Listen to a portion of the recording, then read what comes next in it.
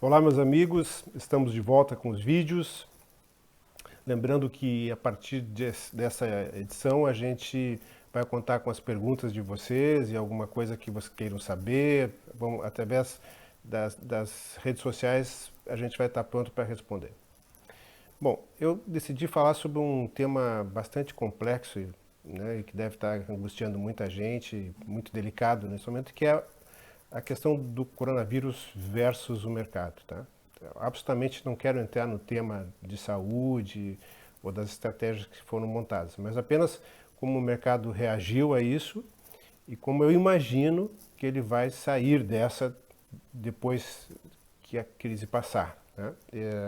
Não tem nenhuma pretensão, seria alguma coisa inimaginável fazer alguma tese ou ter alguma convicção sobre o que está acontecendo quando ninguém tem. Mas eu queria poder traçar uma ideia, né, de como é que esse processo está acontecendo, de como é que o mercado reagiu e como é que ele provavelmente reagirá depois da crise, né? Eu acho que foi a maior crise dos últimos 100 anos, sem dúvida.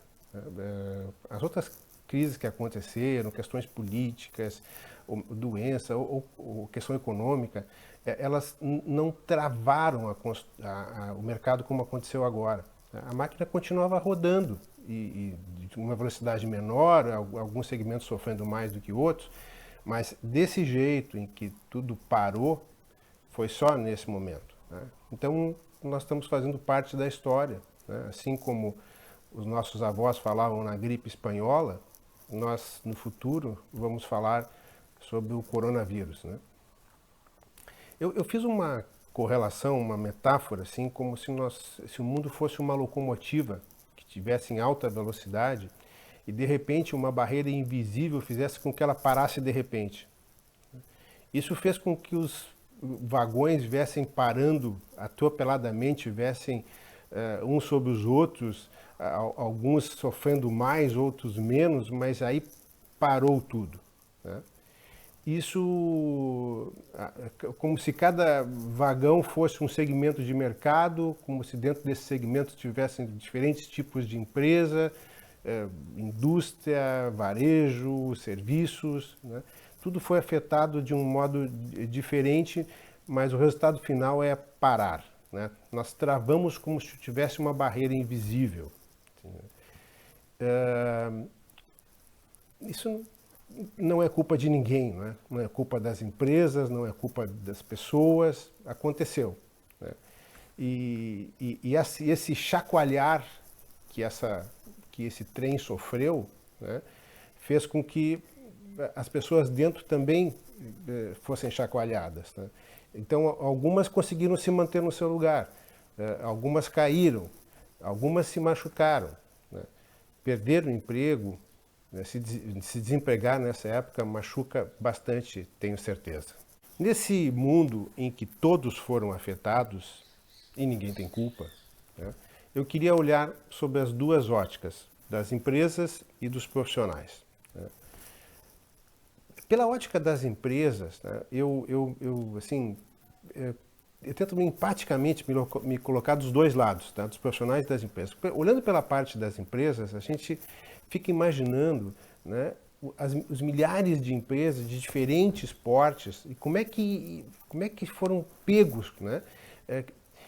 Provavelmente a grande maioria das organizações tem 30 dias de caixa para administrar a falta de dinheiro, né? Quem consegue por 60 dias ter dinheiro suficiente para pagar as contas sem que entrem novas receitas, né? O caixa faz a máquina se movimentar, né? O caixa faz com que a roda gire, né? Pouquíssimas provavelmente têm 90 dias de reservas, né, para que se mantenham iguais ao que estavam antes da crise acontecer, né? Então, o que acaba acontecendo, tá, é que gera desemprego, porque como tu não tem que pagar a conta, tu tem que te movimentar antes de que o dinheiro acabe. Realmente foi um processo muito traumático que levou a uma demissão em massa das pessoas, tá? Eu diria assim que nas outras crises isso não aconteceu. Né? Alguns segmentos demitiram mais do que outros, mas dessa vez, né, é um processo encadeado, onde a indústria não produz porque ela não tem demanda no varejo. O serviço ficou impedido de funcionar pelas restrições. Então, esse ciclo vicioso de coisas ruins acabou fazendo com que houvesse realmente um desemprego em massa. Né? Então, pela ótica das organizações, né, esse processo ele vai demorar um pouco para que a locomotiva consiga puxar os vagões do trem para que a economia rode na velocidade em que ela estava. Nenhum trem desse tamanho, né, nenhuma locomotiva tem força para iniciar na mesma velocidade que estava quando parou. Então, o processo será gradativo. Né? As empresas vão começar a se movimentar, elas precisam gerar caixa, gerar resultado, para então voltar a contratar. O que me parece é que vai ser muito seletivo o processo de contratação. As empresas elas não contratarão na mesma medida em que elas demitiram. Né? Elas vão primeiro contratar aquilo que é essencial para tocar. Né? Aquilo que está faltando para que ela possa operar. Né? A massa de contratações, o volume virá depois. Primeiro ela vai ver aquilo que está faltando, que é essencial para que o negócio funcione. O volume, digamos, de contratação, eu fico imaginando, tá, que vai assim, retomar no último trimestre desse ano. Tá? Nós ainda vamos ter meses em que, graças a Deus, já está retomando, né? Espera-se que logo nós cheguemos no fim desse período. Então, essa retomada gradativa talvez adquira o seu ritmo mais normal no último trimestre desse ano. Agora, olhando pela ótica dos profissionais, das pessoas, né? Eu vou dividir em dois grupos. Né? Primeiro, os que se mantiveram empregados, que estavam empregados, se mantiveram empregados. Né? Provavelmente com muitas diferenças, né? Tendo que trabalhar em casa, tendo que trabalhar de um mundo mais digital. Né? O que eu sugiro? Né? Nós estamos vivendo uma época de incertezas. Né? O meu avô ele dizia o seguinte: Rubem, na dúvida, não compra nada e não vende nada. O que ele queria dizer era o seguinte: medidas agora são medidas de cautela. Né? Você deveria se manter aonde você está. A não ser que você esteja muito infeliz. Aí, isso até é um outro capítulo que a gente vai falar mais adiante sobre felicidade no trabalho. Tá? Mas se você estava num processo normal de organização, mantenha-se assim. Né? E eu diria mais. Tá? Eu diria para você fazer mais. Tá? Eu diria para você melhorar. Tá? Tá tudo precisando da ajuda de todos. Tá? Então, você tem que fazer alguma coisa melhor do que você está fazendo. Tá? Reveja o seu processo, veja como é que você pode contribuir em outras áreas, agregue ao todo, ao coletivo. Tá? Assim, tudo que você fizer a mais nesse período, certamente vai ser bem visto num processo de retomada. Né? A tendência das pessoas é se individualizar, né? É se autoproteger a si e a sua família. Né? Mas é muito reconhecido no mercado quando alguém faz algo além das suas possibilidades. Quando é percebido que você está ajudando o todo do processo. Né? Isso será bem-vindo na retomada e certamente vai fazer bem para você, principalmente. Né? A gente, sempre que, isso quase a gente não percebe, mas na medida em que tu ajuda o todo, isso vai te fortalecendo como pessoa, é natural. E você que está empregado, né, mais ainda, né, você tem a chance de estar contribuindo para o todo. Né? Então, não relaxe, né? Fique feliz porque você está ainda dentro do mercado, mas procure fazer mais e melhor, ok? Agora, pessoal, vamos falar sobre o grupo das pessoas que estavam desempregadas e que vão ter agora um pouco mais de dificuldade de retomar por causa da crise, ou das que lamentavelmente se desempregaram nesse momento. Primeiro, vamos deixar claro o seguinte: agora não é totalmente culpa dessas pessoas. A maior parcela é o problema da crise. Claro, cada um tem a sua parte nisso, sua parcela, mas nesse momento não é culpa de ninguém.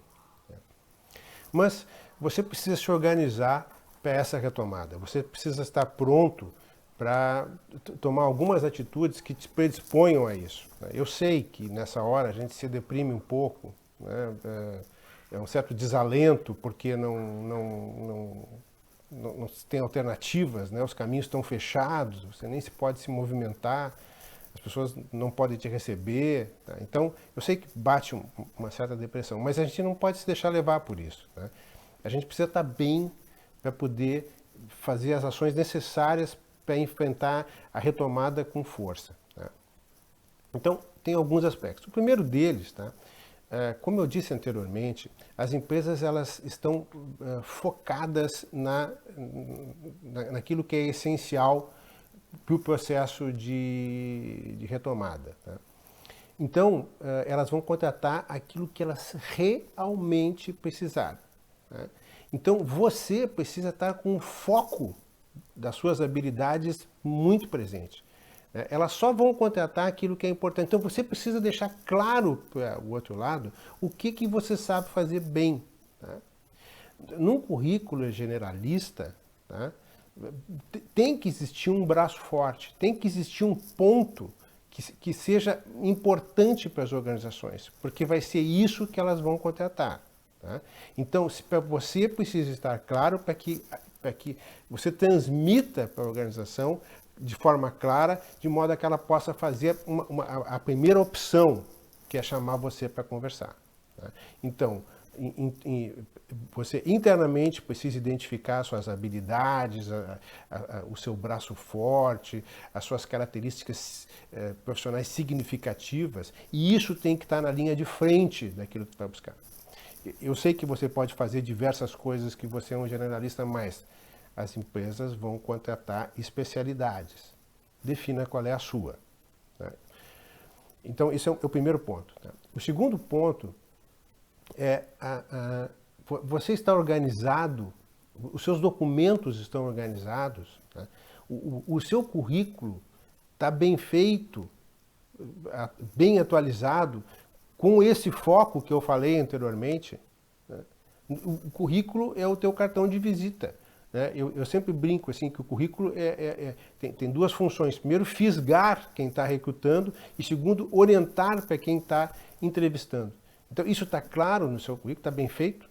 Né? Isso é importante. O resto das documentações, os seus diplomas, tudo aquilo que envolve um processo de contratação que você sabe que será pedido, né? Informações de empresas anteriores.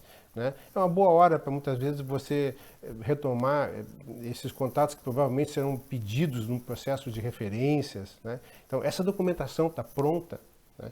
Então, tudo isso faz com que você se sinta mais sólido no processo. Tá? O terceiro ponto, que talvez seja o mais importante deles, né, é network. É a tua rede de relacionamento. Né? Certamente é através dela que você fará os contatos iniciais para procurar emprego. Então, ela precisa estar mapeada. Você precisa conversar e ter presente, né, de forma muito clara, quem são as pessoas importantes na sua vida que vão ajudá-lo nesse processo de retomada. ex-colegas, ex-chefes, ex-fornecedores, ex-clientes, amigos, parentes, contra parentes, parentes dos amigos, né? É uma hora em que tu tem que começar daquilo que é mais intenso para aquilo que não está tão presente agora, mas que pode ser importante. Eu sempre digo que o network é como se jogasse uma pedra num lago. Os círculos que se formam perto da pedra são os mais fortes, os mais intensos. Depois isso vai se abrindo. Isso tem que estar muito claro para você nesse processo, tá? Você precisa cuidar do seu network nessa hora. E o quarto ponto, tá, é saber como é que você está. Como é que você está física e emocionalmente? Entendeu? Não que você vai se tornar um atleta nesse período, que vai fazer coisas, né? Não, mas você tem que estar bem, entendeu? Você tem que estar saudável dentro do possível. Você tem que ter vigor, porque vai exigir muita transpiração. Então você tem que estar pronto para isso. Estabelecer hábitos que gerem essa sensação de força, de energia, é muito importante, né? E espiritualmente, como é que você está por dentro? Está meio decaído? Coisa? É a hora de buscar força interior.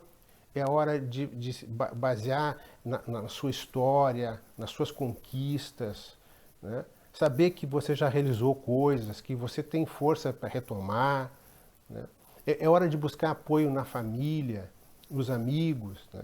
Eu posso estar sendo meio piegas, assim, sabe? Ah, porra, isso aí é muito bonito dizer, mas na verdade, se deixar um pouco dessa energia fluir, né, tu vai ver que esse troço vai te puxar para cima e vai te levantar, né? E um aspecto que também eu falei sobre a questão de quem está empregado, e mais intensamente acontece quando você está desempregado, né, é a questão do trabalho voluntário, do trabalho para a comunidade, do trabalho para o coletivo, né? Você está com tempo sobrando, né, é bom exercitar isso. Pode parecer que não, tá? Mas para quem recruta, para quem quer saber o que tu fez nesse período que tu estava parado, né?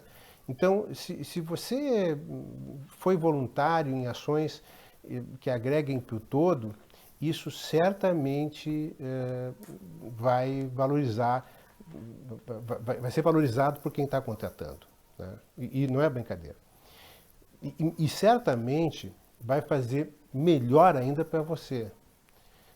Ter a noção de que você que está com alguma dificuldade nesse momento ajuda pessoas que estão com mais dificuldade, e existem muitas pessoas com mais dificuldade, né? Você vai estar se fortalecendo para enfrentar o que virá depois. Eu acho que todos nós vamos sair diferentes dessa crise, né?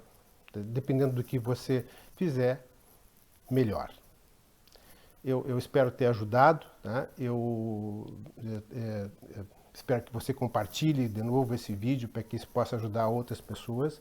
E como eu comentei, dentro das redes sociais existem espaços para questionamentos que você tenha e que de algum modo eu possa estar ajudando a minimizar suas dúvidas e gerar força para que você vença essa etapa, ok?